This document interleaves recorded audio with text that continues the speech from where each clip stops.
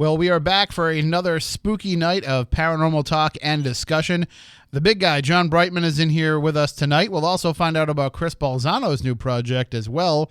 And Matt, you got all the cameras raised up on higher tripods, right? Because we got John Brightman in, so you can't set them at the usual levels. They gotta be pointing up. A lot of nostril shots tonight as we begin episode. What number is it? Episode what? 479. Episode 479 of Spooky South Coast starts right now.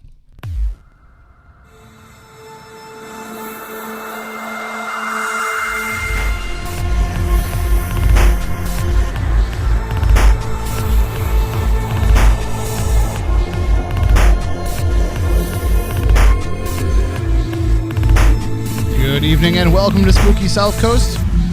Tim Weisberg here, along with Stephanie Burke, the silent assassin Matt Costa, and science advisor Matt Moniz. We are here to talk about the paranormal, as we are each and every Saturday night. No college football tonight, so we are broadcasting directly on WBSM, as well as live on YouTube and through the Spooky South Coast Android app, and also rebroadcasting as well on the Dark Matter Radio Network. So many ways to get this show, and more ways coming in the future, probably. Maybe. I think so. If the computer ever updates. If we can send it via mental telepathy, we'll do that. That would probably be the best way. Just directly download it into your brain. That'd be best for us. What if we could actually do that before the show happens? Then we would actually know what we're talking about. See that. But otherwise, we just fudge our way through it, as we will do again tonight, as we do always. And it's been a very interesting week, paranormal-wise. There's a lot of stuff going on. A lot of stuff. I don't know what's been going on, but all of a sudden, it's like October happened and a bunch of people were like, "Oh, paranormal, yeah, that sounds like a good idea. Let's look into that." So that's probably all we can say about that. Yeah, maybe. But hey, there's still all kind. Why am I holding a pencil? I never use a pencil. What's wrong with you? I am so anti-pencil, it's ridiculous. Yeah, but you look sophisticated. If I really want to look sophisticated, I'll put it behind my ear. Then people think I know what I'm talking about. All right, but now you have to wear that the entire show. No, it hurts. But I haven't been a pencil guy since like third grade. Once we made the switch to pens, that was it for me. Ink all the way. Pencils, nobody wants that. Hopefully the engineer's not watching. He just threw a pencil. It almost knocked some things over. We're good. A week later, and we still don't know who bought the Amityville house. Right. John Brightman is in the studio with us. And John, you're as connected as anyone is to the personalities around the paranormal field. You haven't even heard anything about who it was. I have not heard anything. I've made calls, I've asked people, and I've gotten to know it wasn't me, or I don't know who it is. And I think if we find out, if we find out that it's nobody involved in the paranormal at all, and it's just something that people were throwing into the news stories as speculation, as rumor, whatever you want to say that it was, and it just turns out to be a regular person that just wants to live in that neighborhood, I think we'll all kind of be a little bit disappointed, as we were in 2010 when it sold. And we were really hoping somebody was going to come out of the woodwork and buy it, but what difference is it going to make if somebody does? It doesn't. I mean, I don't think it does, but one aspect that I do hope that happens, or I should say, if it does happen, that a paranormal person buys it, they respect the house, though, and don't try doing something crazy and stupid on their own, and thinking that they're holier than thou and can solve the whole situation. Well, I mean, if you're going to do it, if you're going to do something stupid, please do it on your own. Like, don't involve other people in your stupidity. But I think what'll happen with it is, whoever it is that buys it, it's not like they're going to be able to open the doors up for public investigation. It's not like they're going to be able to hold events there, although, depending on who it is, they might try, because $850,000 is a lot of money to make up, yes. And $22,000 a year in property taxes is a lot to cover. So it's entirely possible that they will try and do something. I don't think they'll get very far with it, at least according to the neighbors that I've talked to around there. Because once upon a time, I was working for a television show. I can tell this story now because I don't think that the TV show is coming back. So I was looking for locations for a certain show that I worked on, and they were looking for something that nobody had ever gotten into before. And I was like, well, I know one place. And so I looked up through the property transfers and all that, and I got the names and went online and I looked up the phone numbers and all that. And I actually got the phone number to the house. And I called and I left a message and I never heard back. So then, not being one to take nothing for an answer, I started looking up some of the neighboring addresses. And I actually got neighbors of the house on the phone. And I explained who I was and what was going on. And I asked, are they still in the house? I don't want you to verify if this is the right number or not, but can you at least say that these are the people who live there? And, I got some people that told me that's right. Yeah. So they're just ignoring your call. And I said, well, if you want to put in a good word, why would I do that? Like, we don't want that to happen. We don't want somebody to come and film there. We want this to all go away. And so I think that's part of it. Obviously you can't pick your neighbors or else we all would.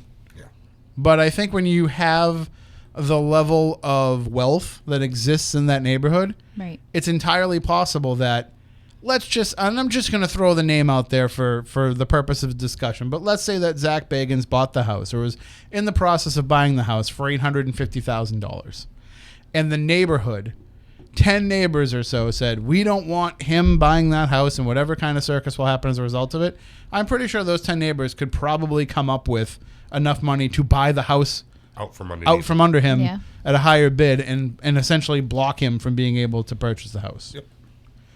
And it happens all the time. We see it happen all the time in development. That's how they keep, the properties that they want to keep and keep the people out that they want to keep out. So I don't know. We'll see what happens with it. I'm sure we will get an answer sooner rather than later because I can't imagine there's a long approval process for somebody that's able to buy an $850,000 house. It's not like you or I, trying to go out and buy a house that's a little bit over our means and they're trying to figure out the financing and how to make it all work. And then somebody has to come in and do all the inspection. This is an $850,000 house. It's ready to go. And you still got to get it inspected, I think. You do, but it's not like when the inspection happens, I'm pretty sure that it's going to be kind of an in and out deal where everything's probably up to code because it was just sold a couple of years ago. Right. So the process isn't going to be that long. It's not going to be like when they come through a house around here and they're like, oh, who owned it before you? Oh, they had it for 45 years. Well, we got to update all the electrical. We got to swap out the hot water heater. Roof. I think all that stuff already happened a couple of years ago.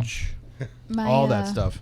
When I bought dead bodies in the well in the basement, all that stuff. That's horrendous. When I bought my house, it had only been on the market for a year, but before somebody purchased it or at least looked at it, and everything changes so often that all the codes and everything. They still had to put stuff up. They still had to take care of a lot of different things. But our inspection probably took about 4+ hours, and it's just because you want to make sure that what you're purchasing, there's nothing hidden. Right. So it still takes a long time. But once it was done, it was done. It wasn't like they were calling you in and saying, you got to get a contract down and do this. Nope. You got to have this done. You got to have this done. No, because at that point, you're not responsible for it. But whoever, it's not like that stuff had to get done. It was all set. It was just a matter of going through it all with the fine-tooth comb to make sure it was all set. Right. And I think that that's probably the same thing that'll happen with this house. But even like financing and like lawyers and stuff like that usually take an average between like 1.5 to 2 months. But that's what I'm thinking is if it's a paranormal person who's buying this, there's no financing. They're putting down cash. They're putting down cash. I know, but the paperwork still takes a while. Because whoever it is, they're not going to... I don't think that you would take the risk.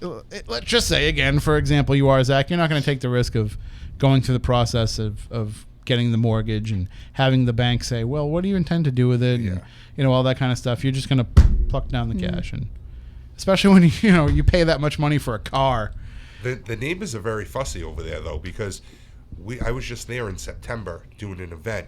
And literally at that location, you drive by and the neighbors are looking out their windows at you, wondering why you're going by slow, what you're doing in the neighborhood, especially without estate plates. Yeah, a lot of people don't realize this, but the neighbors' names on one side are Gladys Kravitz and on the other side it's Raquel Lockmonic. So Matt gets it.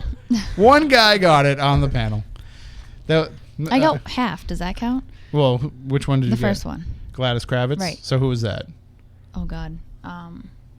Is that the Bewitched one? That was the neighbor on Bewitched that always knew something was up. And Raquel Lockmonic was... Alf, the neighbor on Alf, who always thought something was up. I always watched Alf. I think I should have known that. Yeah, Raquel and Trevor Lockmonic. I actually used that name as a fake name once. I used Trevor really? Achmonic. Yes. What Do was I I want to doing? know for what? No, I think I was like, when you give your name at a restaurant or something. I used to always like to make up fake names because being Weisberg, my dad would never give them our real name when we went to a restaurant because they'd always be like, "How do you spell that?" Like, why do you need to know how to spell it? Write it down phonetically. You're gonna just call out our name. But he didn't want to go through all that, so he would just tell them our name was Foley because everybody knew how to spell Foley. And so one time I got to be the one to go and tell them what our names was, and I heard the person saying like Smith family, Johnson family. So I said to my siblings, I was like, just you'll know what to do when they call the name. So I gave them the name. So the lady was like, Adams family, and we all went. Oh my God. It was good. I was pretty happy with it. So we're going to be joined in just a few moments by Chris Balzano. He is going to be sharing with us his new venture that just dropped last week, and he's also he's back in the game. He's also listening via the feed, so he's a little bit behind. So he doesn't realize exactly that we're calling him and telling him to call in, but it is at the agreed upon time. Right. So I'm just going to send him a quick message. He's a minute late. That happens. That happens when you're watching the feed.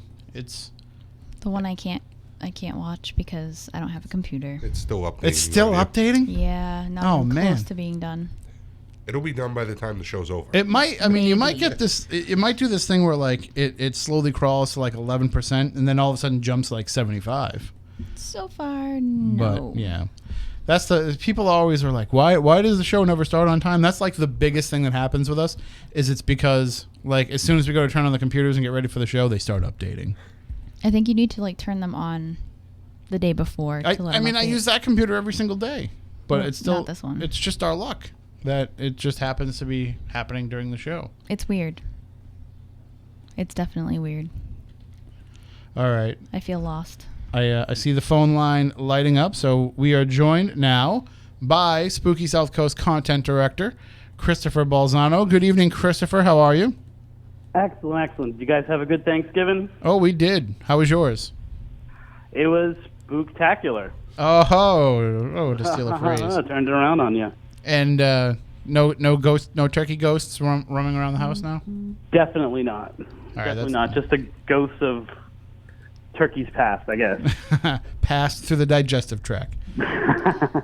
So, last week I'm just messing around on Facebook. I was working on my computer doing some stuff, and all of a sudden I see this post from you that a new podcast had dropped, a new venture that you were working on that I didn't even know was coming out.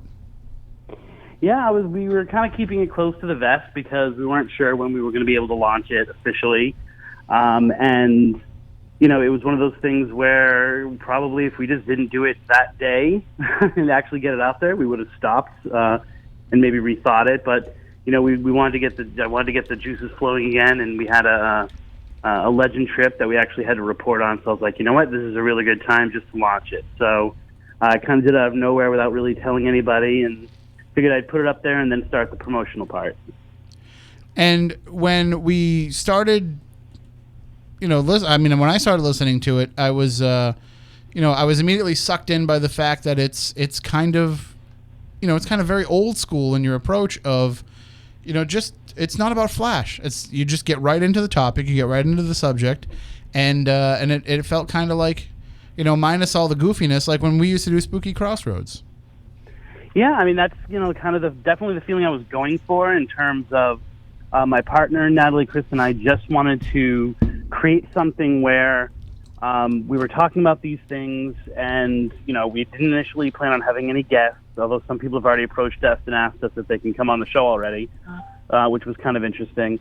But we just kind of wanted to be very casual about it. No, like you said, no flash, and just kind of be like, all right, well, let's just take these stories, let's take the methodology that we're going to take to track these stories down, and let that be what's going on. And with this, this is something that is more, I mean, you've been involved with the show for a long time, both as a frequent guest, but also as part of the Spooky crew now for a number of years. And as much as you enjoy, you know, bringing the subjects to us and igniting the discussions that we have, you know, for you, it's not about the actual nuts and bolts of producing a radio show. You know, you like to get into the heart of the discussion and get into the subject. You know, Matt and I might get hung up on like what kind of cool, you know, techie stuff can we do during the show, but you're the one that actually drives the content and the subject matter and keeps that in focus. And with this, I mean, you have the opportunity to really get in depth because you're spending however much time the episode is just kind of focusing on this and really being able to dissect it. So, I mean, I'm just imagining the whole time you're sitting there like just completely jazzed up for it. You know, and it was, you know, I'm not good at the tech stuff, and I'm not good at the Flash. Anyone who remembers the old Mass Paranormal Crossroads on Suits Paranormal Crossroads remembers that it was one of the most boring-looking sites that the paranormal has ever seen, perhaps. But it's the content that really kind of makes it for me. It's the stories that really make it for me. And it's the rapport I have with my host, and we've got a really good dynamic of, you know, she's highly interested in what we're talking about, and she's an amazing researcher, but she doesn't know a lot of nuts and bolts things. Mm-hmm. So a lot of the discussion involves like, well, wait a minute, well, how does that fit in with the paranormal? Or okay, so what is an EVP again? Explain that to me. At one point, I remember we were talking about, which was kind of the spark of us doing it that night, is there were 3 knocks on the door as we were kind of discussing whether or not we were going to do the show. And I was like, oh, you know, that there's 3 knocks is kind of like there's a long history of, kind of paranormal superstition about that. And so then that became a discussion point because she hadn't known that. So it's really kind of almost she acts as the audience member who might be interested in what these kind of things are, and she draws it out of me. So that's kind of really the way that we're going with it. And I mean, that's a great balance to have because, you know, a lot of times we take for granted the audience that we have, and we say, okay, we're going to start and we've had this discussion off air, you know, all of us and you, Chris, where we say, you know, are we getting away from the newer listeners, the newer audience? Are we, you know, how do you find that balance of being able to explain things to people who might be new to the concepts, but still, you know, have your regular audience feel like they're still on the same ride with you that they've always been on? And, you know, that's one thing that bothered me about Ghost Hunters is how season 5, they're still explaining every time they capture an EVP what an EVP is. And, you know, that's something that we always debate about, you know, how much do we need to do that. But with your co-host, you're able to have that happen very organically because it's not a forced question. It's not a forced discussion point. It's an actual question and an actual answer. And what happens is that, you know, because she raises the question at a certain time, a certain question, it becomes relevant to what we're actually talking about. So, for example, a discussion on EVP might directly relate to, because A, here's either the history of EVPs in that place, or it might tie into some theory that we're working on developing about the energy in that place, and therefore energy and might be connected to the reason why there might be EVP. So it becomes a lot more relevant rather than, oh my word, I got an EVP. Let me explain what an EVP is. So it's actually, even in the telling of what something is, it becomes connected to the story we're trying to track down. Now, as you're exploring these topics, I mean, I'm sure since the last time that you've really had the opportunity to get in depth into these topics, you know, there's been a lot of things that have changed and a lot of things that have changed in your own approach. Are you going to be exploring a lot of new things? Are you going to be revisiting a lot of things that you've covered in the past? I know that you're in a whole different geographical area than you were when you were really in depth with this, but I'm sure there'll be things both nationally and internationally that come into play as well. It's, you know, actually, I think the whole point of the show is that we're looking at things that are not new. The spirit of the show is we are going to end up taking a road trip, and as kind of a preface to that, we're going to be looking into some of the urban legends and folklore of, let's say, a 5-hour radius of where we are right now, which means, you know, maybe 1 or 2 counties away because we live in Florida, right? But these are stories and folklore that have existed for decades, if not, you know, centuries in any given town that we're going into. So therefore, our approach is, no, we want to tap into what has been known in this town, and maybe only in this town, for years, and we're going to try to take some old school paranormal aspects into it. So not a lot of technical stuff, not a lot of new technologies. It's the exact opposite. It's a very stripped down approach to actually going into, what might be a lesser known folk tale of a town, a small town, going in there and doing the rituals or doing the actual legend tripping. I mean, it really is not an investigation at all. It really is like legend tripping these places. Right. And trying to connect it to the personality of the places that we're there, we're going to. When I'm talking about new approaches, I'm actually talking about you as a researcher and the way that you analyze these stories. I mean, you are not the same writer. You are not the same dissector of information. You are not the same kind of paranormal ombudsman that you were when you were doing the Mass Crossroads sites. Your approach and your mindset has changed over the years, and it's been shaped by some of the things that have developed, both paranormally speaking, but also in the way that you digest these legends now. So I think you're going to have a more sophisticated look at it just naturally from your own growth as a person between what you were doing 10 years ago and what you're doing now. Yes, I totally agree with it. Yeah, I mean, I think I look at the paranormal completely different than I did when I was doing Mass Crossroads. But I think also, in researching this for 20 years and spending the last kind of 10 years as an outsider looking in, I've really become interested in much more of how we define ourselves by the paranormal. And so that's something that was very different. It used to just be, hey, is this a legend or is this a haunting? And maybe it's a little bit of both. And now much more, it's like, what is this thing saying? So I think that's really going to be our focus going forward. But and the other aspect of it is, because we're going in with such an open mind, we're really open to anything that happens. And so, it's one of those situations where, we're not sure exactly the direction that the show or that the adventure is going to go into, but we're very, very open to it going any place. Well, in terms of just new episodes, I mean, when can we expect this with some frequency? Is this going to be kind of like a when the need arises, or is this going to be kind of a planned out week to week thing? We're looking to drop one about every week. Okay. We already have, and my co-host now has kind of gotten like a touch of this. She's like, we've got to get another one up right now. We already know what we're going to talk about in the next episode. So she is definitely like the driving force of actually getting me off my butt to do this stuff. And so we're hoping to have one, if not every week, then like every other week, because, it's not just about the actual place. It's also, we're going to be talking a lot about the process of how we're going to go about looking for things, which some people are going to find extremely interesting and some kind of people are going to find very boring. So we're hoping that because of that, we can get one done like every week or every other week. And how can people find it if they want to do so? Right now, we just uploaded our first podcast. It hasn't hit iTunes yet, but it should by Monday. The podcast itself is called Tripping on Legends. So it's a little play on the whole legend tripping name or the activity. It's already on YouTube, so if you go to YouTube and you type in Tripping on Legends, you can find it. If you go to the Spooky South Coast YouTube, you guys have been kind enough to let us put up our first YouTube video up there, so people can find it there. And we look forward to watching and listening to many more episodes. Any plans to maybe do it with the cameras like we do? I'm a little shy of the cameras. I know you are. A little shy of the cameras, but I think it might be an interesting thing because some of her reactions to the things I say are pretty priceless and kind of worth the price of admission. So I'm thinking that in the next couple of at least within the next month, we're going to get at least one actually like live video and then record it with us and not just pictures. Chris, I recommend you do it in the full Dr. Turi.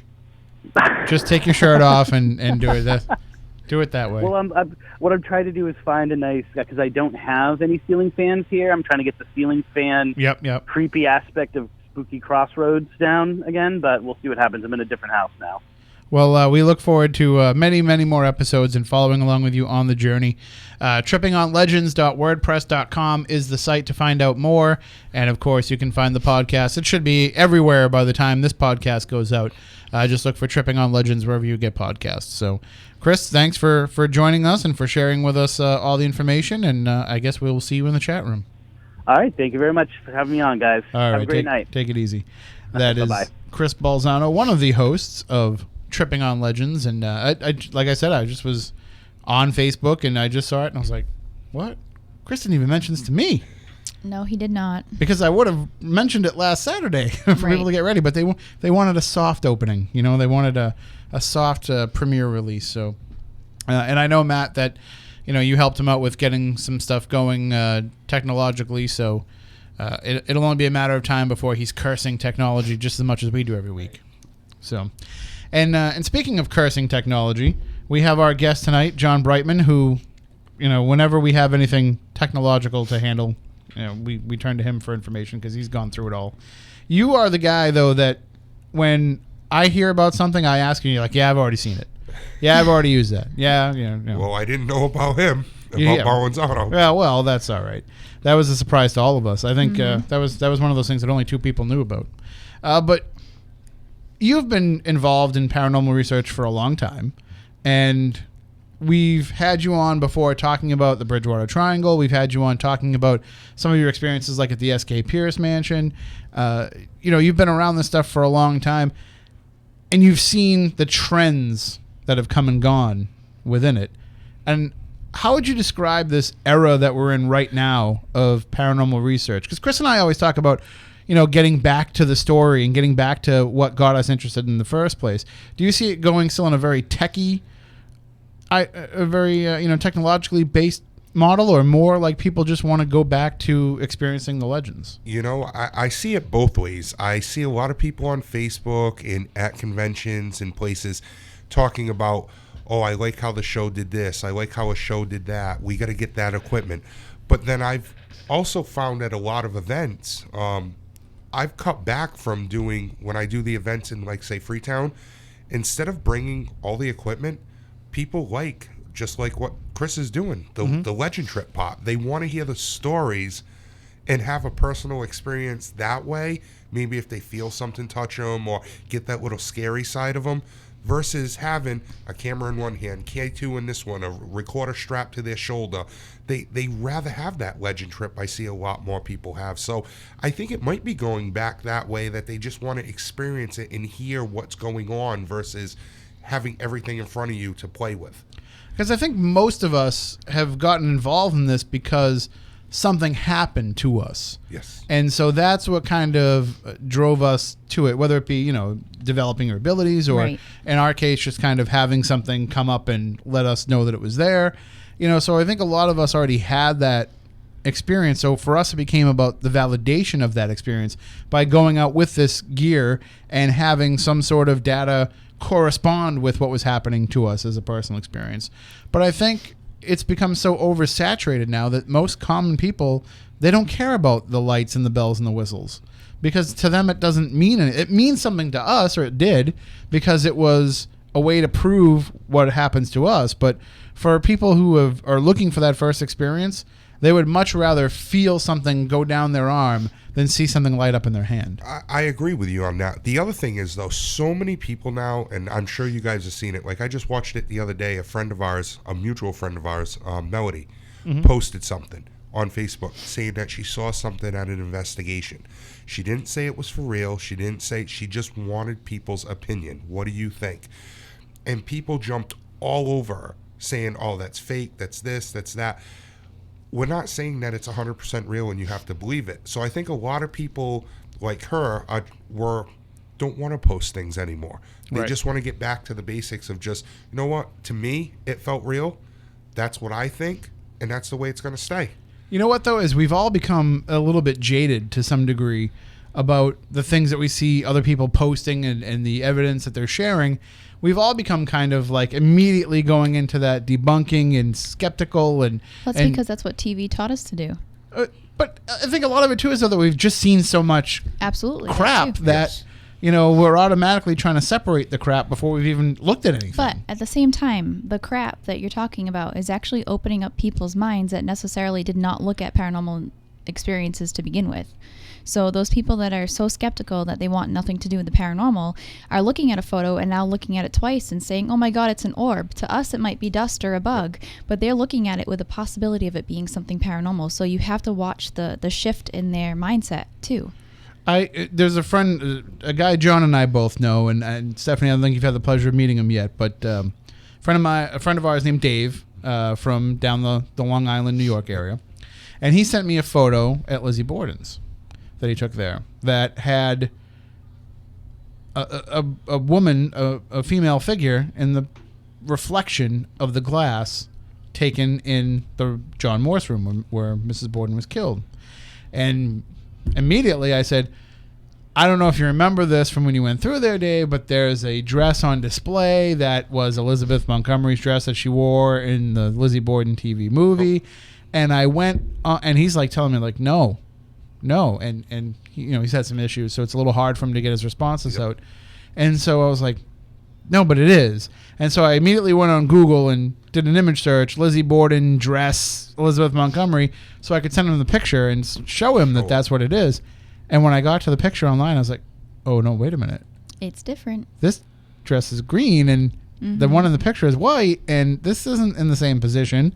And so I had to actually go back to him and apologize to him and say, I'm sorry. I just immediately went into like debunking mode, and I didn't even open my mind to the possibility that it was not the same dress. And actually, it's pretty good. I mean, I asked him. I said it could be a reenactor, but he said that there was nobody doing that there at the time. So, isn't it funny that we automatically go to that closed-minded place of, oh no, I have to just write this off as something that's practical, where these people that are coming to us are the ones that are more open-minded at that point. Yeah, the same thing that we accuse other people of. Stop being so close-minded. Right. Yes. Open your mind to the possibility that it could be something, and exactly that's what you end up doing is, you fall into that same trap yourself. Right. And we had I've mentioned this before, but Dave Francis and I had started something on Facebook a couple years ago where we were taking people's photos and explaining to them where they could be mistaken in thinking that things are paranormal. And we just became the bullies of the internet. Like, everybody jumped down our throats. Well, so you like, are. Yeah, but most people don't know that. We keep that limited to private messages. But it was just ridiculous. Like, just the amount of hate that we got. Right. And the fact, like, one of the people that was involved in the site was Rosemary Ellen Guiley, who's been involved in this for a long time. And she's seen everything. Right. And so when she goes on and starts offering opinions of things, people are like telling her, you don't know what you're talking about. I'm like, well, it's because they want I think she does. she might, yeah. They want to have that experience so badly because they've heard about it. They've been on the fence. They want to move forward and actually say, okay, this happened to me. Now I can keep believing, and now I can keep moving forward, and then there's a possibility of something new happening. So I don't blame them for being angry, but we know the truth, obviously. It's almost... Sorry, go ahead. You want to say something, Modis? I didn't mean to cut you off. Yeah, no. To me, it's the modern gold rush of the day. People going out to find, these little nuggets and, trying to strike it rich with the, I've got the ultimate evidence, that kind of thing. But most people are just coming away with a couple little pebbles, but it still has value. It Right. does. It does. See, I like that analogy. I can keep stretching it even more if you want. No, I mean, I can you're see welcome that. to it if you want, but it's just the observation I made. It's true. Because people think they're going to be the next, strike it rich type of person because I've got the ultimate evidence. And let's face it, a lot of these people are looking to get on shows and, become that's famous. some people, I get it. I'm not saying everybody, Right. but some people are just looking to, it's the I gold think rush for, spirituality. A Let's lot of call the it people that. that we deal with are not on that wavelength. A lot of people that at least I deal with or come to me, or even like from our events and stuff, are just really hoping for that experience, or they've had something that they want to capture. And there's been some people that just want to make something out of nothing, anywhere, but I don't think it's coming from a place of I need to be on TV. It's I want that experience. I need to have that experience. There is still a great amount of, even now, as paranormal reality television is starting, or unscripted television, I should say, starting to wane a bit, there's still people who that's the primary objective. Right. And there's, there's two kinds of people that are involved in it. Right. There's the people who feel that they should be on TV and the paranormal is their way in, and the people who are interested in the paranormal but just feel like they should also be on TV. Now, are we talking about people that just want their case on TV, or are we talking about people that really want to star in the show? Because that could be a whole other No, conversation. I'm talking about people that are like, I'm really interested in this topic, but I also really want to be on TV. Like, Right. So that's the career that I want for myself, to be a TV ghost hunter. And I think that when you start doing that, you get caught up in what's already been done. Right. You get caught up in the way that people have already been doing things, and you don't kind of have your own approach and your own way of doing things. Your own niche, per Right. se. And it's not just in how you investigate either. It's not just in the actual technique of it. It's also in what kind of questions you're asking and what reasons you're doing it for. And it's, I'm tired of people going into places and saying, let's find out if there's a ghost here. Because damn it, I think there's a ghost everywhere. Yeah. And I'm not saying that because I think everything's a ghost. I'm just saying the possibility is there everywhere that this stuff could happen. I want to see people both on television but also actual investigators who are out there every weekend doing this. I want them to start asking the questions of, well, what does it mean? What does it mean if we have 500 groups a year going to the Lizzie Borden house and all of them come out with some sort of activity? Fine, great, it's haunted. We know that now. But why? What does it mean? Put it all together. And don't just give me the regurgitated story of, well, somebody killed 2 people there, so they're going to hang around there. There's more to it. There's more layers than that. And I think also more deaths there, but right, that too. But there's the need to kind of expand the reason, and that's what when working on the Ghost Stalker show, that was one of the things that we laid out. Was we said, okay, there's ghosts. Ghosts are real, but why? What does it mean? Let's try and find those answers. Why are they here? What's their purpose for being here? What is their reasoning? And what are the commonalities between them? So I can tell you. Well, but how can we take the stuff that you already know, Right, and find a way to put that into a narrative that we can use to explain it to people who don't have your same abilities? Like people, unless you can throw a football like Tom Brady, you don't understand how Tom Brady throws a football. Right. I don't care how much you want to break down the mechanics of it. Until you have that ability yourself, you don't understand that ability. And I think the same thing goes for what you have. I mean, I teach people, absolutely. I go through different things of how I do things, and then let me teach you how to start to scrape the surface of that. But at the same time, if you want to talk about, having evidence or seeing what I can do be put to paper, how many times have I been brought into a location and had historical documents sitting right there, to review right after I'm done. And every single thing is historically documented that I picked up on. So at least there's a correlation there. Or at the same time, I've worked with EVP experts, and I've explained to them, how my gift works. They go into it. I'm asking questions to the spirit that I see in front of me. And what you hear back is a perfect conversation caught on EVP back and forth. So it sounds like I'm actually talking to someone, but people that were standing there know that I was only talking to some spirit. So. Got a recording of that actually when we're at the Sam West house. Oh, do you? Yeah. But I know it's happened often, so there's at least some proof there. But you mentioned that you're able to teach people how to develop that ability, Right. but they're still not at that same level as you. Only some people would be. Tom Brady can show me how to throw a spiral, but it doesn't mean I'm going to throw a football like he does. No, Come but on, what you could be your out there tomorrow doing that. No, not but at what all. your original statement was how to, not to be at my level, but how to show people how to get there. But You can show someone how to throw the football. They'll understand how to throw the football. It doesn't mean that they'll do it as well, but they at least know how to do it, and that's what you were talking about. And I also think there's a lot of value in, it doesn't matter, sticking with the football analogy, it doesn't matter if you throw it one way and I throw it the other way, as long as it ends up in the receiver's hands in the end zone. Right. And I think that that's what a lot of people lose in investigation too, is there's many different ways absolutely. to get to the end result. And I can speak for this by experience. Moniz and I do not investigate the same. No. We have 2 completely different approaches. We have 2 different lines of questioning when trying to get EVP.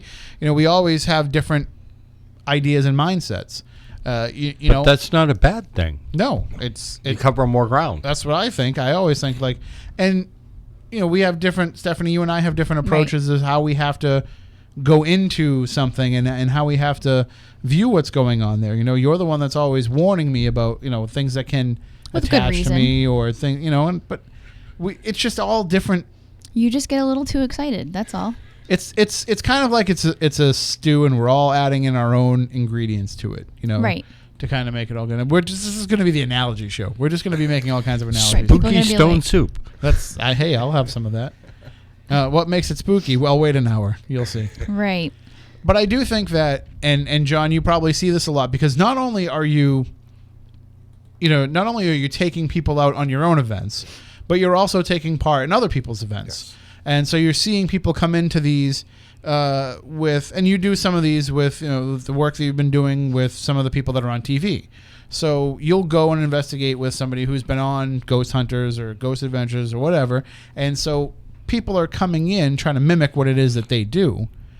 Do you find that in that environment, in that type of a setup, does everybody kind of just fall in line with, what they think that person wants? Or do they try to bring some different approaches even in that environment? For the most part, a lot of them try and fall in line. Like, I've done events where there's been, let's say, John Zaffis, Amy and Adam, and Gates all at the same event. Next thing you know, when they go to John, they're all using the regular spirit box, some type of unit like that. Depends on what it is. Some use an Ovilus, but they're all trying to do that when John's there because that's what he does at his events. Then you go to Amy and Adam, and it's just regular recorder asking questions. And they literally, you'll hear them repeat sometimes the same questions that they've just asked, trying to mimic them. And it makes sense, like you're saying. Be different. Ask a different question. Why copy the exact same thing that was just done? Because I'm thinking you're going to get more response and at least more varied response if you're taking a different approach. A good friend of all of ours, I'm not sure if Steph's met him yet, but I know all of us know who he is, Big Jim Jones. Yeah. I He haven't. made me laugh one time at Fort Mifflin. He did that. He wanted to take a total different perspective on investigating, and he went into one of the casemates there, literally dressed up as one of the Confederate soldiers, and he was trying to order the other soldiers around doing this. He finally told them to kiss his butt, and literally you heard a slap. And he turned around and looked and checked, and people put flashlights on him. You saw a handprint on his butt, something hit him. And it was just crazy because it was a total different, atmosphere that night. Instead of doing the same typical thing, asking this, asking that, he went in there with the approach of being like a bully, a boss type thing, and tried pushing the buttons, and it worked to get a response. So why not do something different? And I'll do that if we're at an event and something is, lagging and it seems like we aren't getting anything going. I'll be like, well, what do you guys think if we try this? And if you do that, if you are willing to go out on a limb like that, you never know what could happen. You're shaking your head, but I'm shaking my head. I'm not talking about just bad stuff. No, definitely. You I don't want to mean do bad stuff. No, I just know probably the past 6 months or so of us investigating with each other. Maybe I'll call it a year. Things have gotten really interesting, and I don't know if it's because of how much time we spend together or how much investigating we do together. But there's been some weird occurrences. I do feel though that if you are willing to kind of challenge yourself as an investigator, maybe spirits can pick up on that too. Maybe they can pick up on the fact that, hey, this looks like this guy's trying something different. I think maybe I'll talk to this guy. Because otherwise you've just got people coming in and regurgitating the same stuff. And I can tell you this, I don't want to come in here and do the same show every Saturday night. I don't want to come in and talk about the exact same things with the exact same people every Saturday night. I like it when different people come in and when different topics get brought up and we can go down different paths. And maybe, the ghosts that we're trying to talk to feel the same way. Maybe they're tired of every Saturday night people come in and ask, how old are you? When did you die? How did you die? Are you dead? Right. Another thing too is I think a lot of times if you go back to the same place a lot of times, I think that the spirits might get used to you being there, and maybe that's a different way for them to feel comfortable and I open agree up with to that. you. Because I've been to the Victorian Mansion up in Gardner maybe a dozen times now, and the first few times I went, I never received anything. No EVPs, no K2 hits, nothing. But yeah, then it was like the 6th or 7th time I started getting more stuff, And then it was right before we filmed for the TV show that I ended up getting the scratches on my ribs because nothing was happening and I was expecting it to. So I pressed the buttons and kind of threatened it, saying, I'm not leaving. I want to stay here and talk to you. And then it finally came out and showed me, hey, leave me alone. I know who you are. Stop asking me questions. So we need to introduce him to Laura. Yeah. Oh yeah, Okay. Oh boy. that's the spirit up there that gives us some That's trouble. probably what scratched you. Where? Yeah. At the mansion? Yeah. Really? Oh yeah. You haven't heard my story? No. Oh, I'll have to tell you on the very short news break that we have because it was a Yeah. good story. No. Yeah, we the last time we were there, we had something pretty interesting happen. And actually, after Bridgewater, Yeah. I woke up the next day with some issues. Did as you? a result of it? Yeah. So Wow. But you were hanging out. Well, I don't know. I wasn't with you that night. Third floor, second floor? of the mansion. Yeah. Well, the particular thing that happened to me last time was third floor, Okay. but basement too. Mine doesn't really have a floor. Okay. Right. Well, So- we'll fill you See, in. mine has Yeah. always been on the second floor there. And the only reason we're going to tell you during the news is because we just told the stories recently on the Right. show, so Okay. we don't want to rehash it right away. But That's fine. we'll share it with you. We have a break coming up in just a few minutes, but yeah, after the Bridgewater event, you know, I had the same issue that we had. Remember that, after that Fort Tabor event where Right. things got really weird. Yep. And I woke up with the really bad leg cramps. pain. Yeah. And the same thing happened to me after the Bridgewater event. And I didn't do any abnormal. I mean, I know I was working the park that night. Right. But I didn't do an abnormal amount of walking. I No. didn't do anything overly strenuous that would have caused that to happen. But I just wondered if it was, maybe just kind of the same thing. Like how your body reacts to what you're doing. Yeah, to whatever was going on. You know, and it's to get back onto that other thing about with people, with the spirits possibly knowing you. I mean, I can't tell you how many times I've been out in Freetown. Me and Matt had almost one of the same experiences. Yeah. We talked about this a couple years ago. It took me 10 years, 12 years of being out there to finally believe I possibly seen the Lady of the Ledge. And that's the thing. It took me all that time to finally see it or believe what I think it is. And yet, maybe they felt comfortable, and that's why she finally decided to show herself to me. Now, the legend's been going on for 40-something years, if Yes. not more. Yeah, if not more. But And- everybody sees somewhat the same thing. And so when we talked about what we had, it was It was identical. And the legend, what's funny is the legend, at least as we know it, has been debunked by the Right. history of the location. It doesn't mean that there wasn't, an actual factual person that this is based on. Yes. But just the way that the story has developed around this apparition Yes. isn't Well, 100% we know that, true. Well, the legend, the apparition has been seen Right. and known by, But the backstory that's been Right. created for it Yeah, there's might been not no be proof 100% of it. accurate. Well, Yes. what I found interesting with my particular case is I was there looking for UFOs, and I didn't know so much about the legends other than what I was told by the residents that brought me there. It's like, well, then how could I be predisposed to something Yes. if I didn't know about it? Where in my case, I did know about it, and I was literally looking for that. So, definitely, I see what you're saying about that. I've never been to the ledge. Yeah, we will work on that. What I time is know. it? We How can long get- is the news break? We can get about there 6 minutes. right after here. We can head down there. It'd be prime time. I don't know about that. Yeah, prime time to score some dope if you were Right. really, Let's that's what I'm Prime looking for. time. Let's go get your other half. Right. And I head need the down other there. half to go. Because I don't go without the other half. I would and I'd take more his than side I'd piece. take more than just the other half at this time of night. Right. You right. never know who's going to be. Oh wait, Brightman's here, so Yeah. there's Right. one questionable character already not out there. We are going to take a break for the news. When we come back on the other side, we will talk more with our guest tonight, John Brightman. We're going to get into some of the stuff about the Freetown State Forest, and we'll talk about the Bridgewater Triangle as well. And we'll get more into kind of the nuts and bolts of paranormal research, especially paranormal research today as well. So we can welcome your calls at 508-996-0500, 877-996-1420 if you want to call in toll free. You can also tweet us using the hashtag SpookyLive or directly at SpookySC. And of course, the chat room is up and running and it's hopping on our YouTube channel, which you can find by going to SpookySouthCoast.com or by going through the free Android Spooky South Coast app. So if you haven't downloaded it yet, please do so. Do it during the break.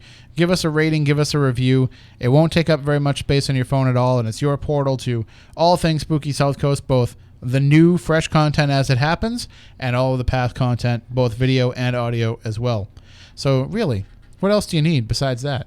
I think the next step in the Spooky South Coast app, Matt, is we need to find a way to make it invasive into all the other apps.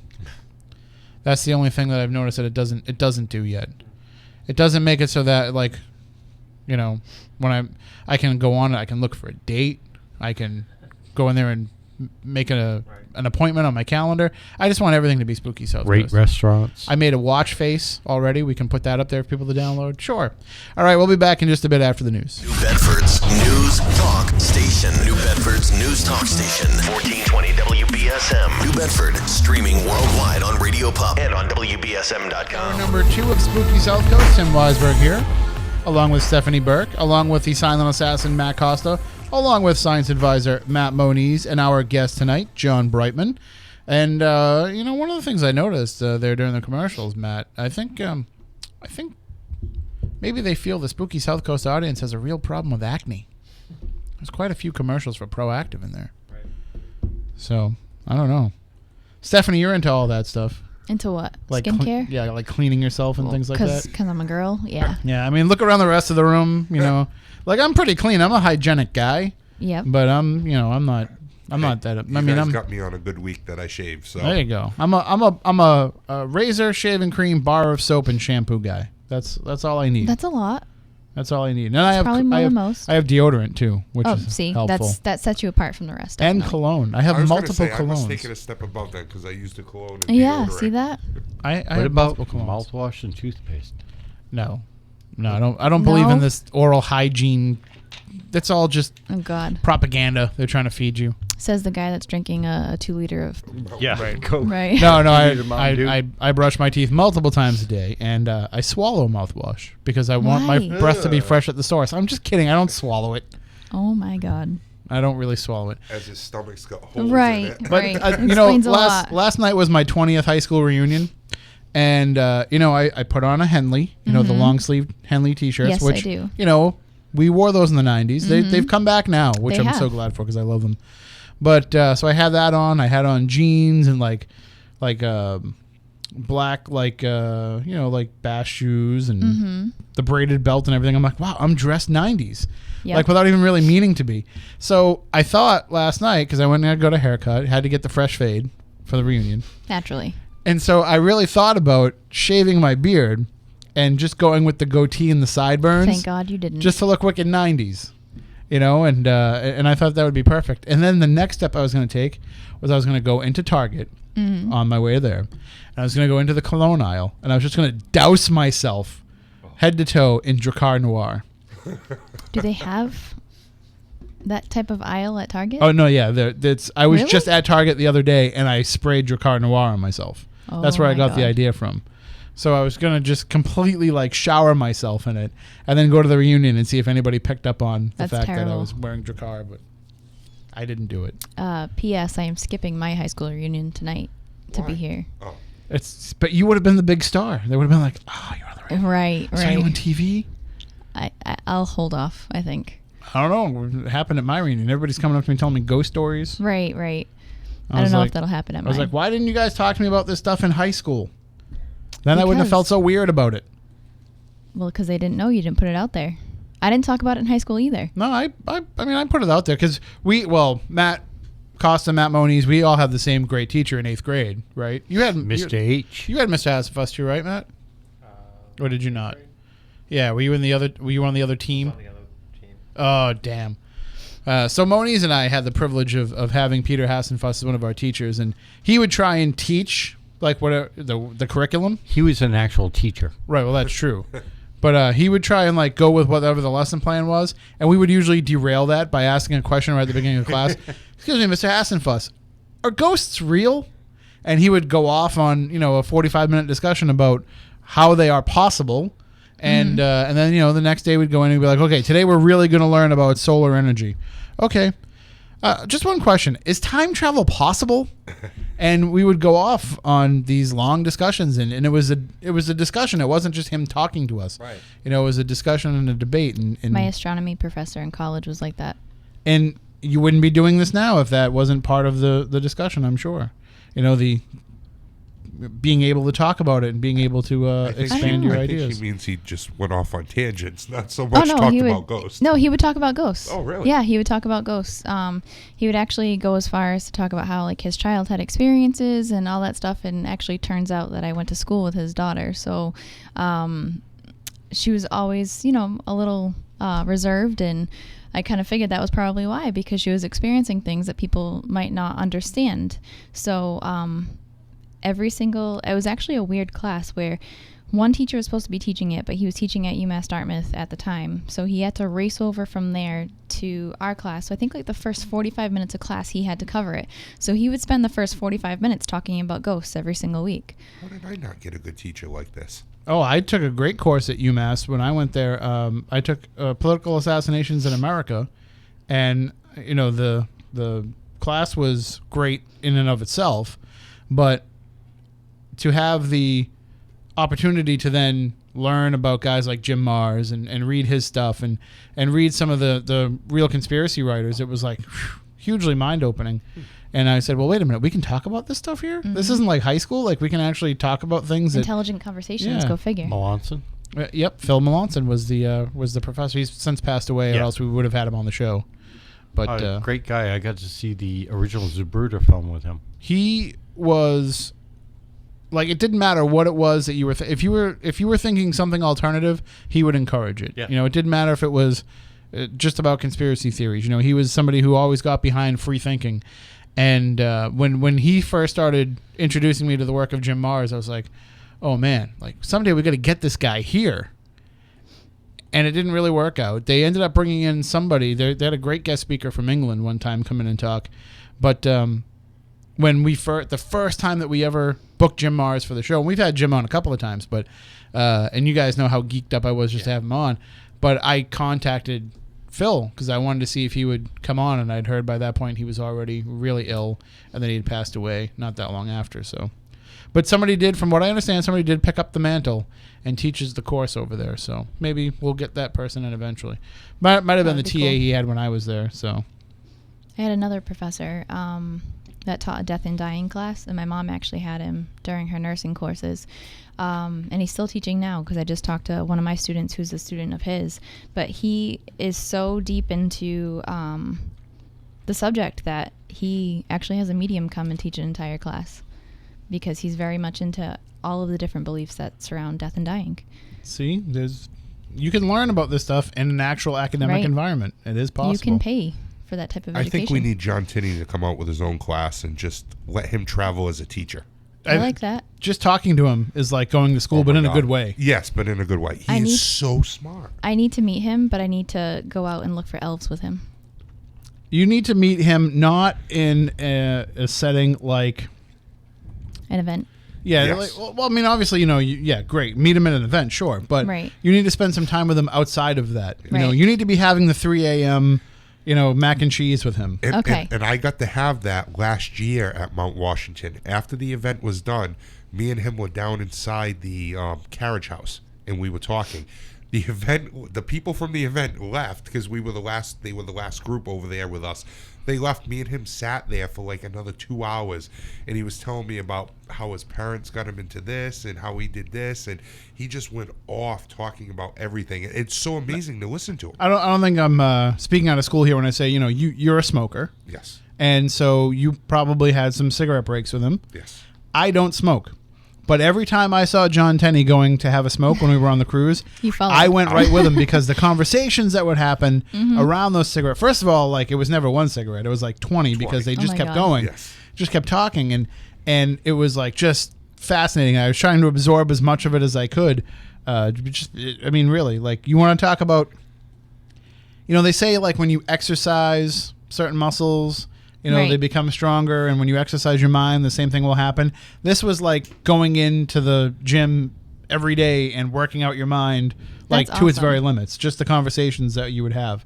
And then we would ruin it by going back to the room and just talking about goofy stuff all night. And all of a sudden, we got so much smarter earlier, and now look at us. We're just goofs again. Big spoon, little spoon. Big spoon, little spoon, happening again, 2017. I was already dubbed the spork, so I need to Nice. I need to get in there and and really have those conversations, because that would be Okay, awesome. I was saying, No, get in there and have the conversations. I'm the like, conversations, Tim. okay. The She was like, I'm conversations. trying to figure out how two spoons and a spork all fit together. Yeah. No, they don't. Doesn't really work. But we can all be together in the sealed plastic napkin See package that of life. with the salt and pepper. Right. And the little handy wipe. for Sometimes, if you're fancy, that We- comes in there. after. We need that for after. If you have the lobster, you need the handy wipes Of for course. Sure. So, but also, I mean, in talking about going around and having a chance to discuss a lot of topics with people and with all these conventions that you go to, all these events that you go to, it's funny because very rarely do you get the chance to spend a lot of time talking about the nature of the paranormal with these people. Because your conversations inevitably go to life on the road, working with this person, working with that person. You don't really get to start dissecting what it is that you do. And I think that's probably true of any convention. I mean, I've never really been to other conventions for other things. I've been to a few here and there. Stephanie, I know you go to your It Works conventions. Right. And a lot of that is probably, geared toward learning about products and learning about things that are coming out and plans that are going forward. But I'm sure a lot of it too is the discussion of just your experiences, of what you've experienced in working in it and what other people have experienced. Yep, a lot of personal stories, a lot of self-development, a lot of encouragement, motivation, inspiration, everything pretty much in that category. Actually, that's probably the majority of it. And then you have the little parts of like, let me teach you how to do this way, or let's learn about a new product and different things like that. But a lot of it is just uplifting. And Moniz, I know you've done professional stuff for your actual field, working in chemistry and in the hard sciences. And, I'm sure when you go, it's a lot of the same thing too, where, you might be talking about, certain aspects and certain parts of the work, but a lot of it, I'm sure too, is just stories, just kind of,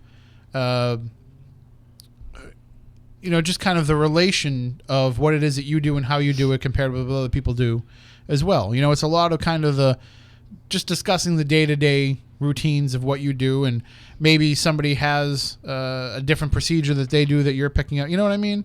Like, it's not just about, I was reading this article in Scientific American, and then you discuss that. I mean, it's a lot of it is just kind of just relating to each other as colleagues in the field. No, we just go out drinking.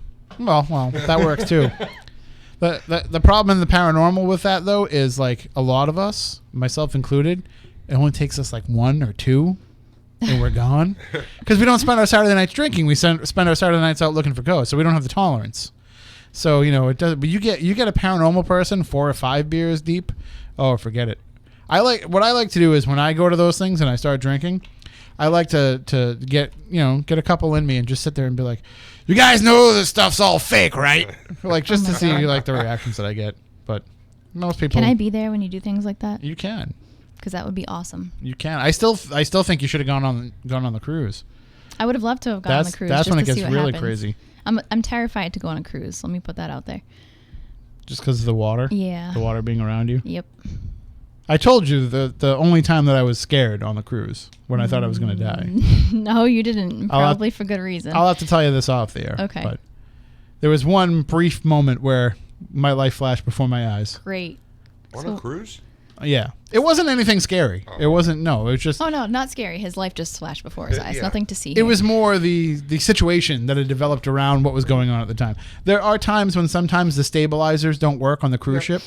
And it was one of those times, which it wasn't really all that scary, but it just, looking around me and the situation I was in, I was like, okay, this is how I'm going to die right here. Great. And it wasn't so much about what was going on with the ship, but just more about like, if ever I was going to die, that would be the moment, because that would just be the perfect ending to me. So, but anyway. It would have been like the Titanic. You could have went down in history. Or the Poseidon Adventure. Yes. Except I would have been like, excuse me, Rose, move over. There's a little extra room there on that door. I'm getting inside that.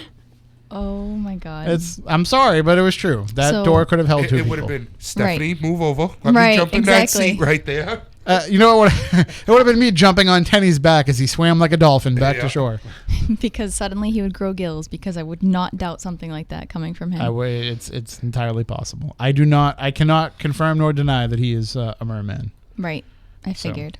But anyway, the idea of getting to this is like when you're talking to the people who are out there, and are the quote unquote names in the field, the people who are the ones that people look up to, and you're not really getting into the discussion about the nuts and bolts of what it is that you do. I mean, is there like a certain level that you found that people just are willing to make an acceptance at and work at? Like we were talking in the first hour about just accepting that ghosts are real and kind of moving on from there. Do you feel like a lot of people have kind of reached the point where they just accept that there's certain things that you do in an investigation and stuff will start to go on? This, you know, I don't know.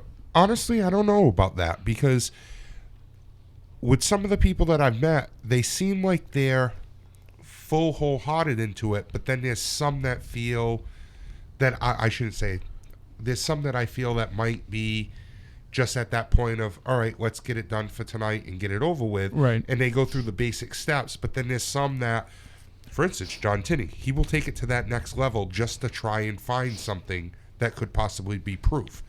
But there are some that I think that just keep it at a level plane. And I mean, again, I haven't investigated with a ton of different people. I've investigated with people in this room many times, but not really, you know, a ton of the quote unquote celebrities.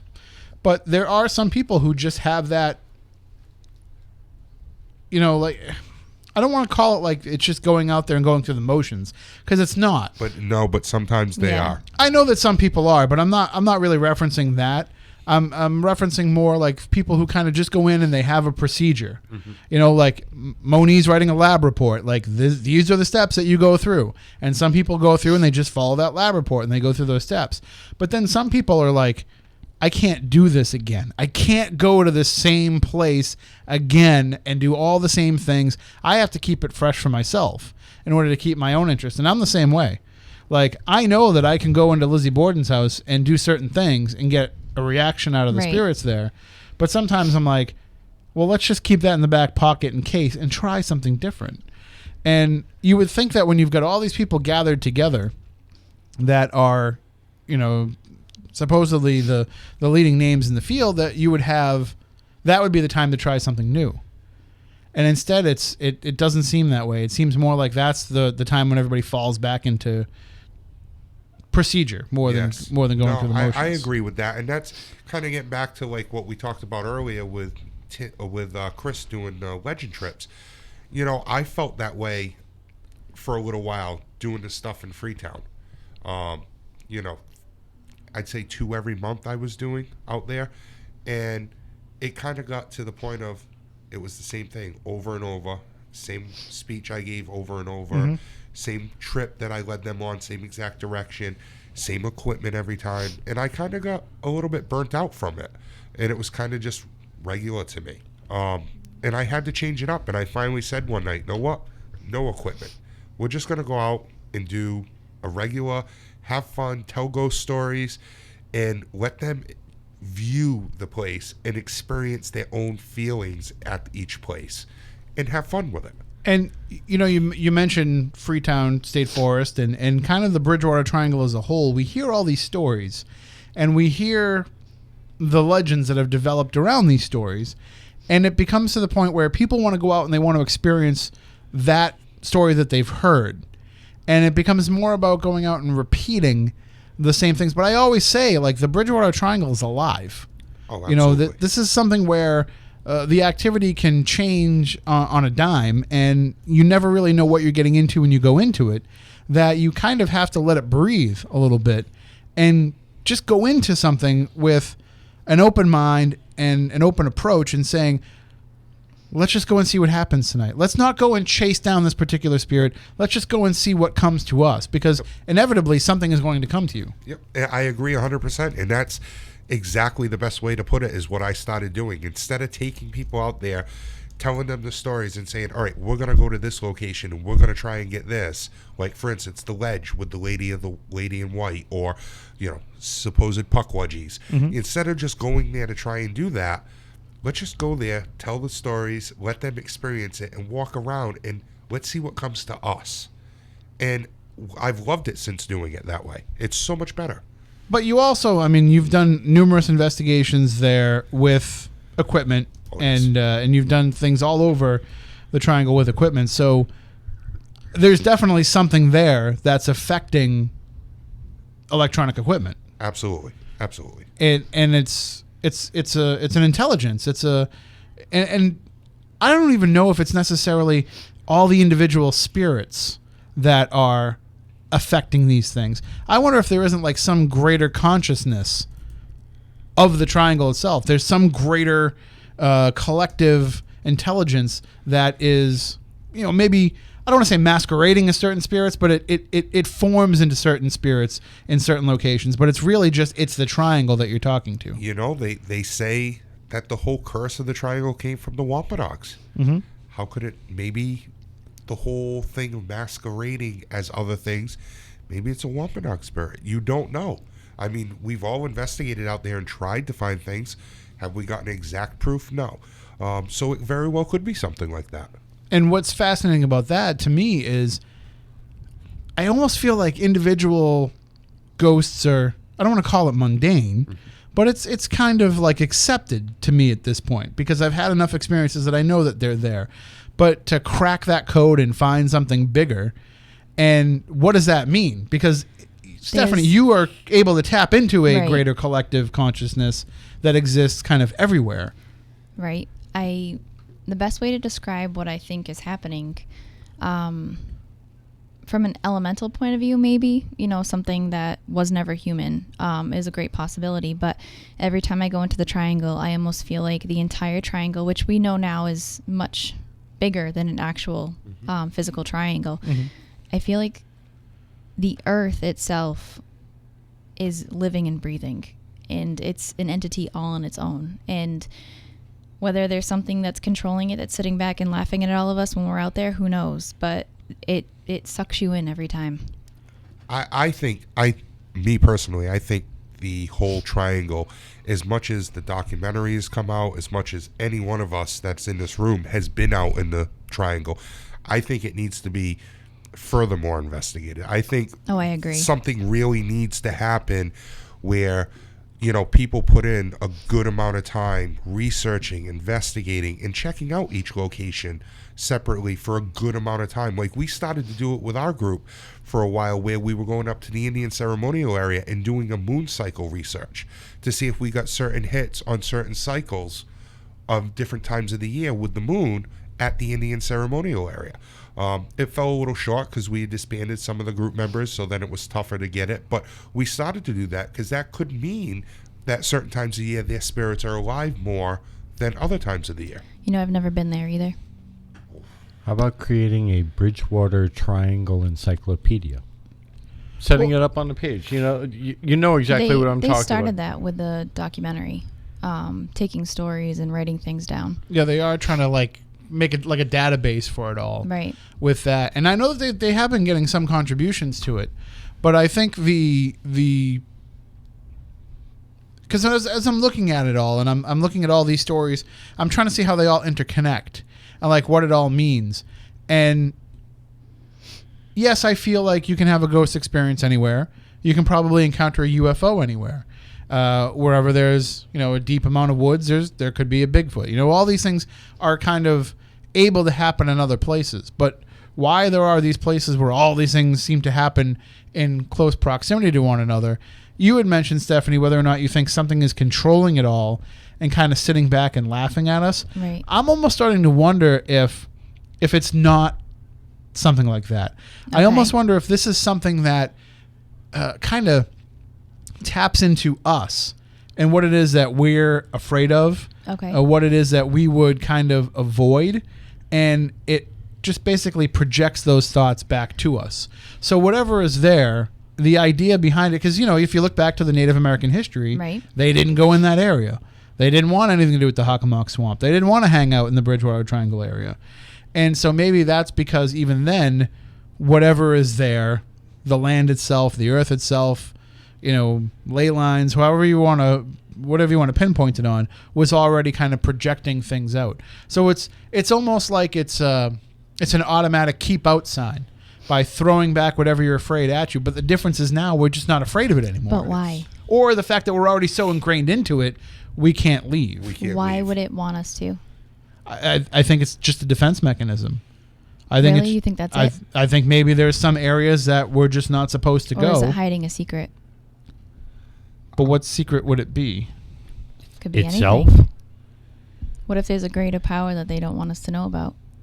Or what if the Native Americans look at the settlers when they came and they asked for land, and they asked if they could purchase that land, and they kind of laughed at them and said, you can take it.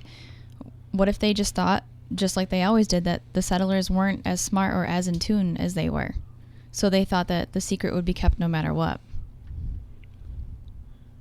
Well, one of the things that I always go back to with it is it's like a chicken and egg thing. Of course. You know, like when we look at, and I'm talking about the Triangle area now, I can't really pretend to know the mentality of the people, the collective mentality of the people back then. I know that there was all kinds of skirmishes. I know there was lots of intertribal warfare that was going on, that the settlers became kind of pawns into some degree. Right. I know all that stuff was going on, but I can't speak to the actual, mental health of the people that lived at that time. But I know in this day and age, and Chris Balzano's research has always pointed to this, there's a high level of criminal activity.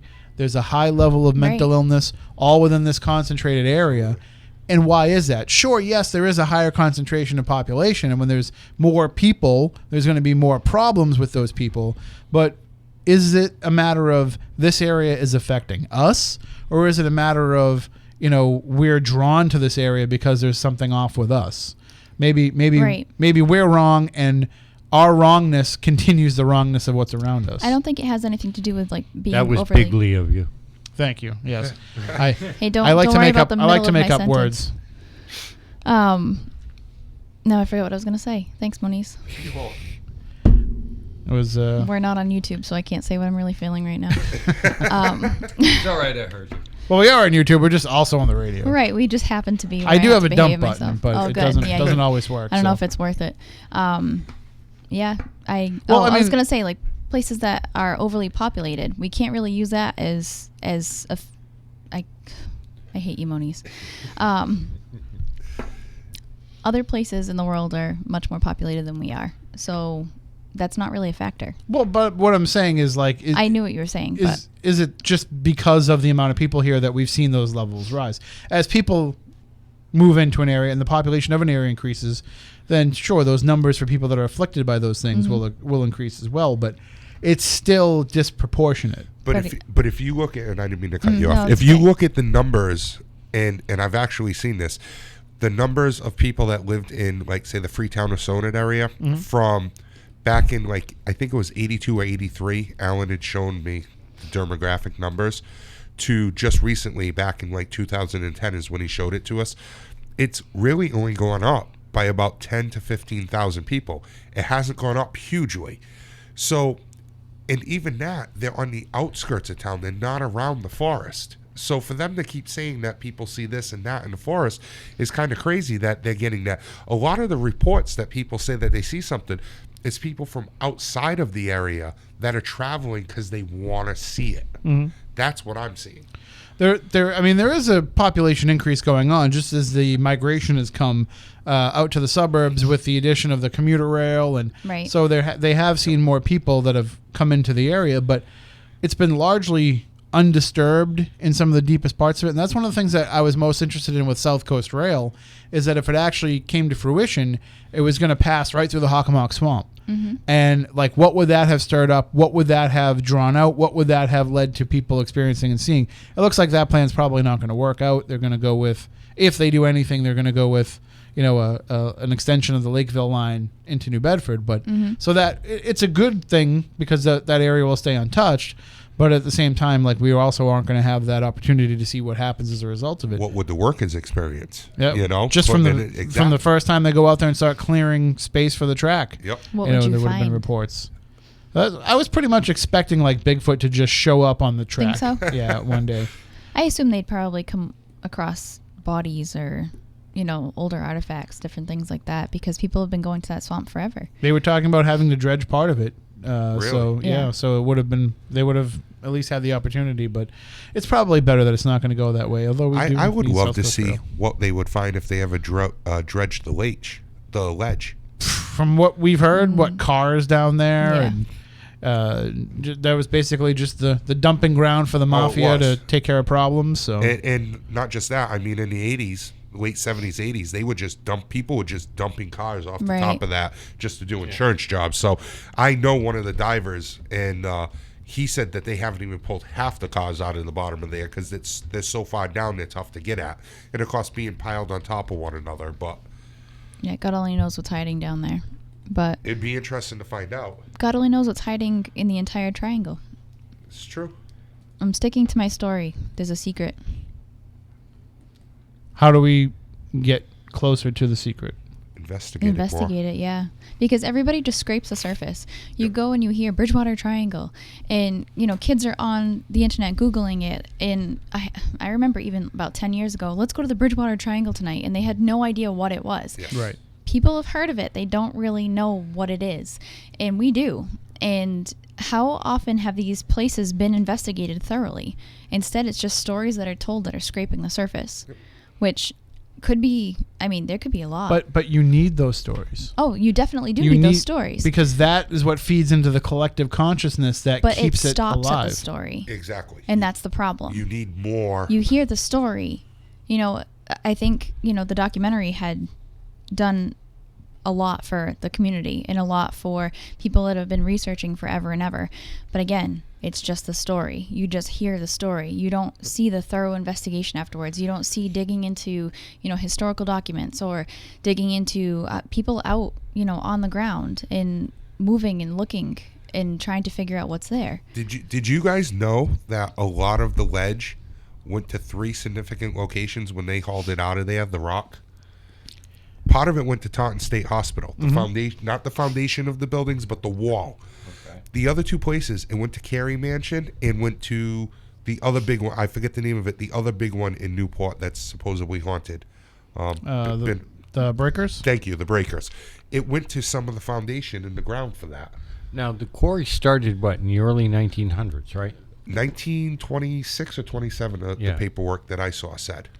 I was just at the Carey Mansion. Somebody was doing some research. I think it was a pseudonym in the chat room mentioned that there was some documentation online that said that they actually had a railroad quarry back there as early as in the 1800s. At the ledge? Yeah, so they were doing some quarry work out there. But Interesting. what we were told when we went and told the story of the Lady of the Ledge to the Freetown Historical Society, and somebody said that's a great story, but they really dug most of that out in the early 1900s. Yes. So I don't know. I'm sure something was going on because people wanted that rock. Again, supposedly, I don't know how true this is. I've looked, but supposedly a blast went on during the early 1900s, like a 1905, 1906 range. I heard that there was a little shack with dynamite, and when they were trying to dig out the rock, they were putting dynamite down holes and blasting part of it away.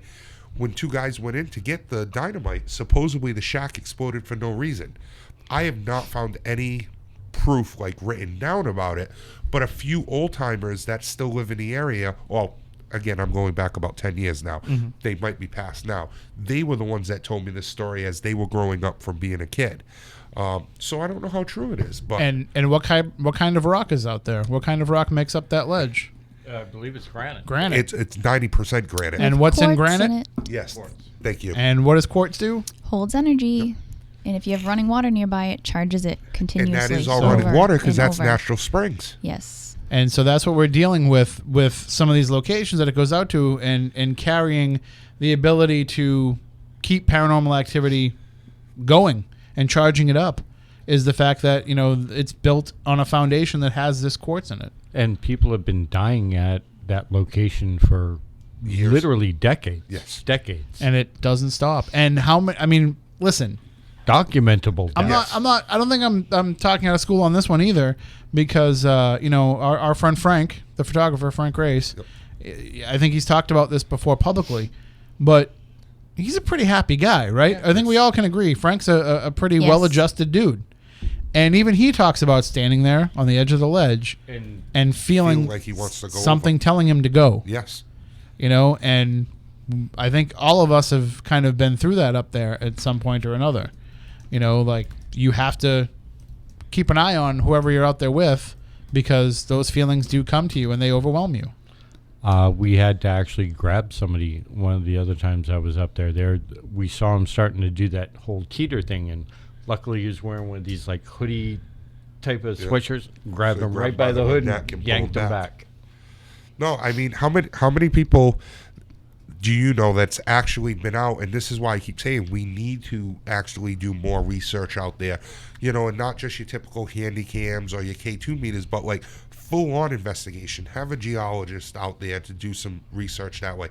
Have somebody that knows different plant life, thing like that out there. You might remember this, Moniz. We were at Lizzie Borden's one night for an event. It wasn't our event, somebody else's event, but we were there helping out. And someone showed up. They were from New Hampshire, and they were part of a team up there. And they came down with a map, a U.S. Geological Survey map of the entire Freetown State Forest and the Fall River area. And it was like just granite everywhere. Oh, yeah. And all it is, like granite surrounded by the ocean and Buzzards Bay, and then surrounded over here by the Taunton River. And so, like, basically what it is it's like one giant paranormal magnet, one giant paranormal recorder, all right there. So, I mean, we can get kind of, really esoteric on it all, but you're talking about, in investigating and trying to figure it out and breaking it all down.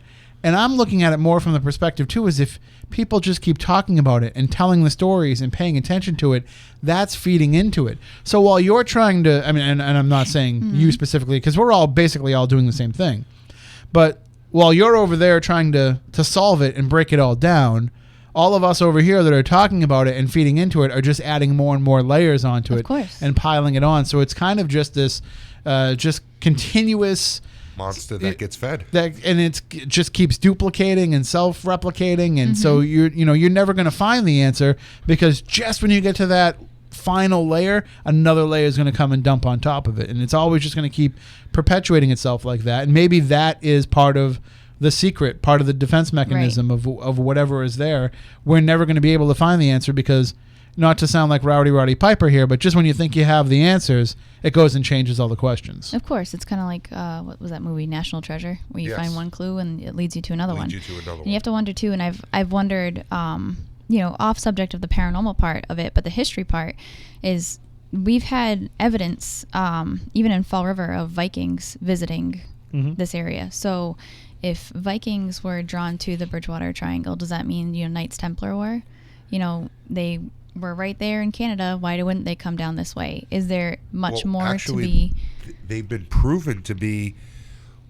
Where was it? New Hampshire. Have you guys watched the TV show Curse of Oak Island yet? Oh, yeah. Okay. We're a little obsessed. Just throwing it out there. And I knew that's where you were going with that. There's some certain point that they showed that they actually came down into Massachusetts, the Knights Templar, because they found carvings on certain rocks here in Mass that matched up on the Narragansett runestones. We have Dighton Rock. We have all these different things, but they're all within the triangle. So what was attracting all of these people to the triangle? Well, you have, Leif Erikson's rock right out on No Man's Land. Right, that's why I covered the Vikings. And but they're all brought here for what reason? Is it the living, breathing land? Is it an entity that draws them here? Is it any of your theories? Well, we don't know unless we try. But at the same time, as we're trying, we also need to keep feeding that beast as well, too. Of course, it needs to eat. Because, but not just that. I think it's important for us. See, that's the thing about this, is it needs the human aspect of it to exist. Right. If it's just there, what's the point? If it has to have people as part of the equation. And I think as people, we need to have this sense of something greater. So we're going to want to keep feeding that, because it kind of keeps our perspective of who we are in the grand scheme of things, to say there is a power greater than us that's operating here. It's almost like, and I don't want to start calling the Bridgewater Triangle a piece of God, but it's almost like a piece of that, the mysterious that you're not meant to understand, right here where we can access it, right here where we can walk into it and feel it. And we do feel it. We don't just walk into this, when you are going into the Bridgewater Triangle, no matter where you might think the quote-unquote border might be, when you step over that threshold, you feel different. Right. And when you feel that difference, you feel it every time. It doesn't go away. Oh, absolutely. You don't get used to it. I can lick a 9-volt battery 50 times in a row, and I'm never going to get used to that feeling. And it's the same thing of walking into the Bridgewater Triangle. Only that's the equivalent probably of sticking a fork into an electrical outlet. I mean, Yeah, I like that. That's a good I analogy. grew up there, and there's certain points. I had a group not that long ago come up. You guys know most of them. Lippy from Long Island. Mm-hmm. They came up. They spent 2 days out there. They wanted to camp out there. Nope. And I said, absolutely no way am I staying out there. They're like, why? And I'm like, you do not know what this place is like at night. Right. I will not stay out there. If there's any, honestly, if there's any less than 4 in one location, 4 people, I won't go out there because I do get that nervous there. I can go spend the night by myself in the Victorian Mansion, don't care.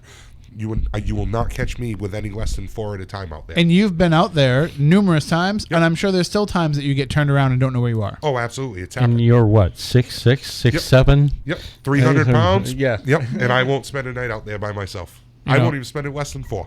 Well, Absolutely. the puckwudgies are only yay big, so... They can grab me I've by made the friends ankles. with them. They're actually pretty nice to me. I don't know Oh, about everybody really? else. Yes. No, seriously. I've had a few situations that I've gotten into right on the edge of the forest, and having an entity come at me that I wasn't sure of, and that was looking like it really wanted to cause harm to me. I had a puckwudgie run up, take care of it, look back at me, kind of smirk, and run away. Really? And this was long before like the internet was a thing. Yep. And I had no idea what I was What it looking for. was. I was digging in books to try to figure out like what was this tiny little thing that just ran up and looked at me. And then like as Google started to become more popular, I was Googling it and I was finding what was called this puckwudgie. I'm like, what the heck is a puckwudgie? And that wasn't my first or my last experience. And It's funny because I've never heard them to be friendly. I've always heard that's them what to be everybody mean. said. But Well, originally they were. right, Well- the legend of it is they were, then they weren't. But I've never had a problem with them. And every time I've gotten myself into hot water in the forest, one has come along Wow. and kind of helped me out. I've seen them in different parts of Rhode Island. It's fascinating to me because Which now that would make sense because they are supposedly Indian folklore. Right. So would the Indians being in Rhode Island right, also? So. right. The place that I did see them was actually the site of a major battle. Okay. So it did make sense, but I saw 2 of them out in Rhode Island. I've seen about 3 of them in Mass Wow. near the forest. So they fascinate me. But I'm going to have to show you a picture I have then and Yeah. see what you can make of it then. Yep. And I never tell people what they look like to me because I don't want to And ever. that's awesome because now it's not going to Right. make me think that's what I'm seeing. Right. That's exactly why. Because other people describe other, creatures or entities differently, but the way that I've seen them is I've How sent others this, have described this them. picture to numerous people that we all know, and not one of them can come back with an explanation of what it is. They all say that it's not a matrixing of the picture, though. They've all said that. Mm-hmm. They just can't make out what it is. I'll have to Maybe, check it out. I mean, maybe they appear as different things to different people, too. They could because we don't know what they are. Exactly. And that's, I mean, if they are kind of tricksters, that's a good trick to play. I'd Just also keep like appearing as to- something different. To point out that I have held myself back from making Harry Potter references all night. I was waiting. I was actually waiting for it with Something that you story. said was really, really digging deep into Harry Potter, but I contained myself. What was it? Just let me know what it Your- was. Just let me know. Your shape-shifting method of things that draw us in or show themselves to us as how we want them to, or our fears. Because is- that was not a Harry Potter reference because I don't know anything about You Harry don't know Potter. Harry Potter. I just want to make that clear so J.K. Rowling doesn't sue me. right, but Although then we can just turn around and sue her for stealing all of our legends. see that because that did happen. The idea that you're discussing, I think it was in either the first or the second book when it was first introduced. I know Balzano's going to call me out on this, and I'm probably going to say it wrong, but it's a boggart or a bogart, and that's how Bogart, isn't it? Bogart. I don't think remember it's how to Bogart. say it right, but it was this like shape-shifting creature that would, as soon as they would open up the container that it was kept in, it would show itself as your worst fear. Speaking of bogarting, I have no idea what she's talking about right now. Mm-hmm. Somebody's been bogarting it. So, no, well, that's Moniz gets it.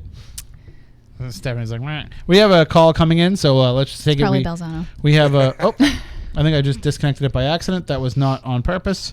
But we do only have a few moments remaining in the show anyway. I'm not sure. Ross had said he was going to try and call in tonight while he is having some family time. But Ross, if you are listening, we want to thank you for the package received earlier. And we do have just a few moments remaining in the show. I want to remind everybody that if this is a new topic for you, the Bridgewater Triangle, the things that we've been discussing tonight, some of these theories, some great resources you can check out. Of course, Chris Balzano has written numerous books on the subject: Dark Woods, Cults, Crime, and the Paranormal in the Freetown State Forest, Ghosts of the Bridgewater Triangle. Those are both very informative resources and great reads on the topic as well. The Bridgewater Triangle documentary, of course, which you can now get if you have Amazon Prime. For you can free. now stream it free. So how's that for a deal? You're already paying for Prime, and now you can watch the Bridgewater Triangle documentary. And, of course, we've done, the Bridgewater Triangle investigation show every year since we started this show almost 11 years ago. So there's lots of content to go back there and check out. Plus, we've covered the topic on other shows as well many, many nights. It comes up quite frequently. So just go back through the archives, which you can do by going to YouTube to get some of the video archives. SpookySouthCoast.com has the audio archives. Most of the podcast feeds, especially iTunes, are limited because of the way that they catalog everything.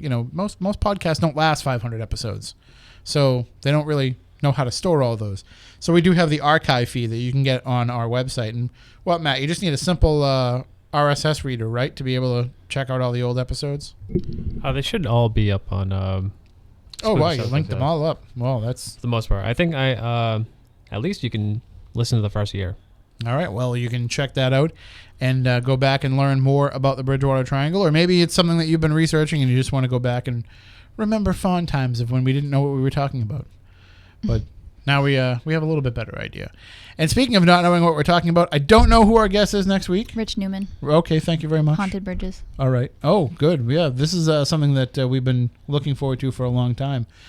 So that will be next week's episode of Spooky South Coast, when we will be back at 10 o'clock. If for some reason we can't get on the radio because of a game, we will start the show on YouTube and then join it over the air in progress once the opportunity arises. So get out there, download the app, rate the app, review the app, sign up for our YouTube channel. Growing content there all the time. Sign up for the podcast, review the podcast wherever you get it from. Just let us know. Let us know what you think. Email us, spookycrew@spookysouthcoast.com, or hit us up on Twitter @SpookySC. So many ways to get a hold of us. Please make sure that you do so. We love to hear from you. We love to hear where you're listening from and how long you've been with us. So until next week, for Matt, for Chris, for Stephanie, for John, I'm Tim. Stay spooktacular. News Talk